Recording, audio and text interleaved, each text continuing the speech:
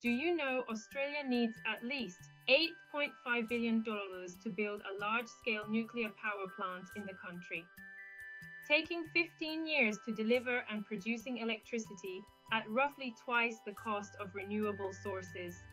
Australia is focusing on reliable renewables, and for good reason.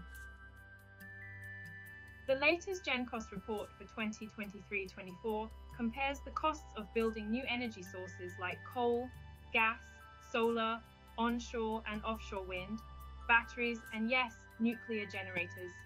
Firmed renewables, which include transmission and storage costs, will provide the cheapest power to Australians, ranging between $100 and $140 per megawatt hour in 2023. That's when renewables will make up 80% of variable generation. Now, let's talk about nuclear for a second. If small modular nuclear reactors, SMRs, were ready to go in Australia by 2030, the cost of their power would be up to a whopping $641 per megawatt hour. And that doesn't even include the hefty first-of-a-kind premium, which would make it up to 8 times more expensive than large-scale wind and solar. And when it comes to large-scale nuclear reactors, the news isn't much better. The cost of power from large-scale nuclear would be up to 3 times more than reliable renewables. Plus, construction costs could likely double due to those first-of-a-kind premiums. Australia's leading scientific organisation, CSIRO, found it would cost at least $8.5 billion to build a large-scale nuclear power plant in the country, taking 15 years to deliver and producing electricity at roughly twice the cost of renewable sources. Nuclear power could not be provided in time to meet the deadline for ending coal-fired power. The technology's costs were broadly similar to gas and black coal-fired generation with carbon capture and storage, but still likely to be at least 50% more expensive than large-scale wind and solar power supported by batteries. And let's not forget the notorious cost overruns associated with nuclear projects.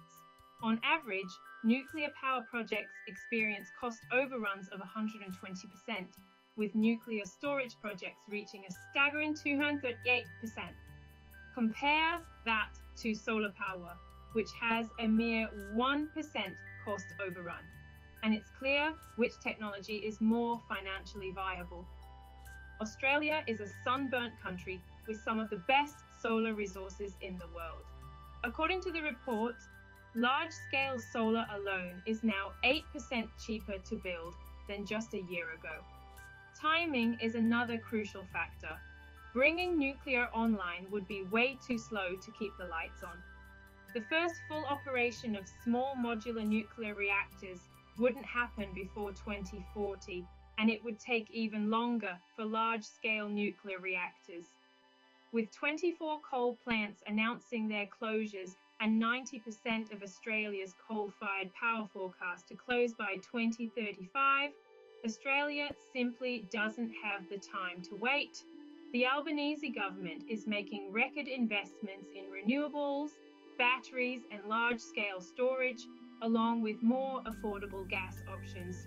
Australia's reliable renewables plan is not just a plan, it's the only approach supported by experts to deliver a clean, cheap, reliable, and resilient energy system that Australians deserve.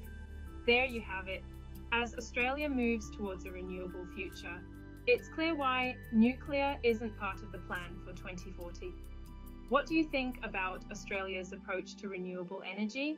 Do you agree with the decision to move away from nuclear power? Share your thoughts in the comments below. Thanks for tuning in, and don't forget to like and subscribe for more updates on how we're powering our world. Together, we can make our green planet dream a reality.